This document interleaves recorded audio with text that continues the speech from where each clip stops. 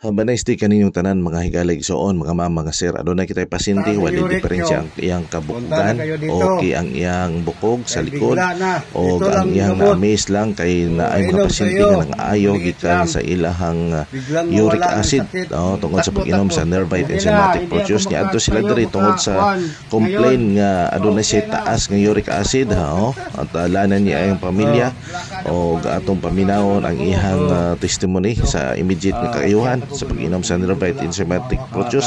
Taas-taas dining video apan atong antosan atong ubanan sila sa ilang pag-testify. Di may sakit kang maramdaman kung ipilit mong ipilit ko talagang hindi ko talaga kaya magsakit. Sakit. Hanggang dito sa Baywa. Kanang papel nga inyo makita nga record sa iyang laboratory, taas gyud ang iyang uric acid, no? May nakahatag og sakit sa iyang kalawasan. Atong paminawon iyang testimony. Yan.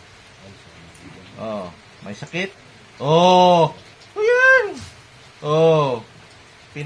Isang inom lang. Wala na. Ang kuwan ko, Pag nung nakainom ka nito, inom ko nito, nawala yung sakit bigla dito pa sa lalamunan, wala nang sakit.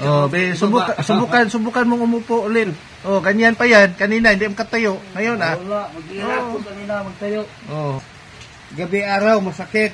Pero ngayon pag inom ko nito, sa lalamunan pa nawala nang biglang sakit. Wala na talaga sakit dito, doktor. Ano sabihin? Bismillah. Bismillah, alhamdulillah. Pagamot. Kung may karamdaman man kayo, dito na lang kayo magpunta. Ano yan? Sigurado.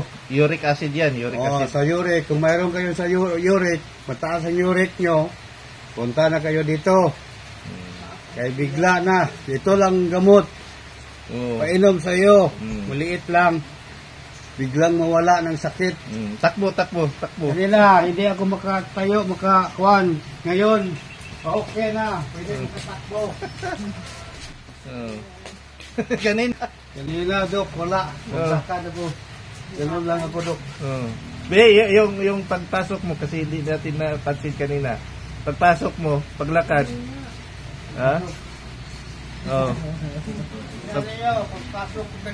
Kadtong may mga taas og uric acid pareha sa kahintang diri na kamo sa Jensen Chiropractic and Bone Center Clinic. Welcome ka Jensen. God bless you.